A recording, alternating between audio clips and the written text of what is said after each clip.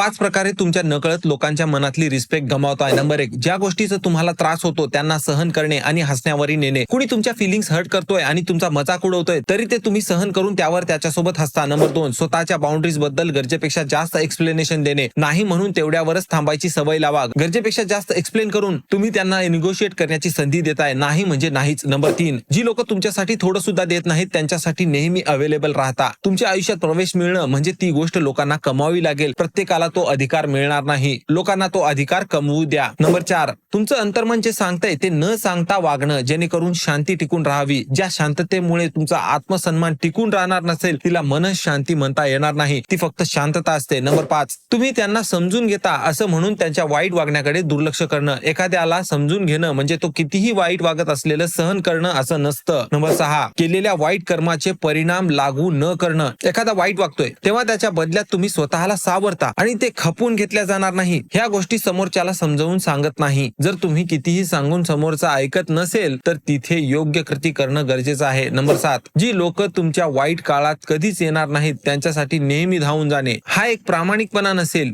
ही स्वतःशीच केलेली बेईमानी असेल.